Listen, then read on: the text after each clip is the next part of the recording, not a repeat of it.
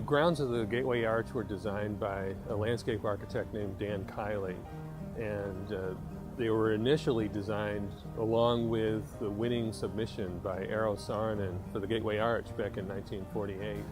When it came time to actually build the arch, when they had money to build the arch, he reconfigured the landscape into the plan that you see today when you visit the arch.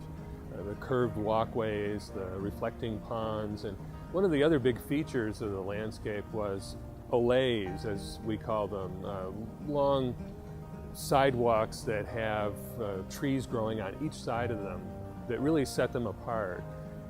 And these so-called allees are pathways that lead to the arch. They're really obvious to anybody that comes to the arch grounds. It's sort of almost like big neon arrows and saying, this way to the arch, you know, but it's all done through the landscape.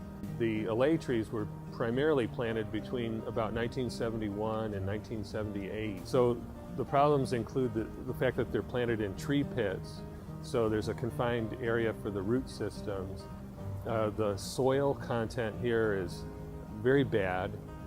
The original content was where the old city of St. Louis was, and so there are old bricks and foundations and all kinds of things buried underground. And the fill that was brought in was brought from an area that didn't have really very good soil either. So all these things have contributed to trees that are somewhat stunted in their growth and have pretty much reached the end of their life cycle in terms of, you know, they're not going to grow any larger, and things are going to start to wear them down to the point where they need to be replaced. The emerald ash borer is expected to be in St. Louis area, if it's not already. It's already in Missouri. Once it has bored into the wood, gives the tree maybe a year or two life expectancy. It will start declining right away and become hazardous.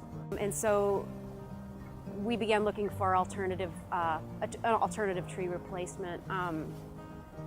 And in the new construction, all the ash trees will be removed, and the London plane tree will be planted in its place. The London plane trees are currently being held at Hetty Tree Farm up in New Florence, Missouri. They were shipped in this spring from Halka Farms in New Jersey, and they're healed in there for 2 years, where at that time we're taking care of them. We're actually building a whole natural nutrient cycling system within the root ball, so the plants will not require any fertilizer. When installed, they'll have a whole natural nutrient cycling system. You know, the soil is the foundation to all things that are growing, that grow well, so there's going to be a whole structural soil that's designed, that the trees will be planted in, that have the right percentage of organic matter that these soils want. They drain really well, so there'll be no water being held within the root zone, so there won't be any anaerobic conditions.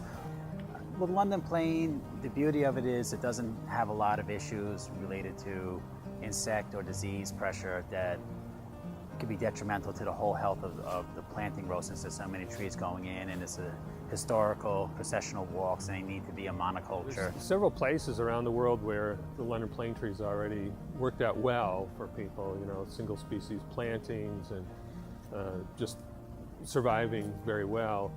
Here locally in the St. Louis area, if people drive out to Skinker, on one side Forest Park, on the other side you've got the History Museum Archive, and down toward Washington University, almost all the trees along there are either sycamore or London plane tree, and you would get an idea from driving along there what it might look like on the arch grounds.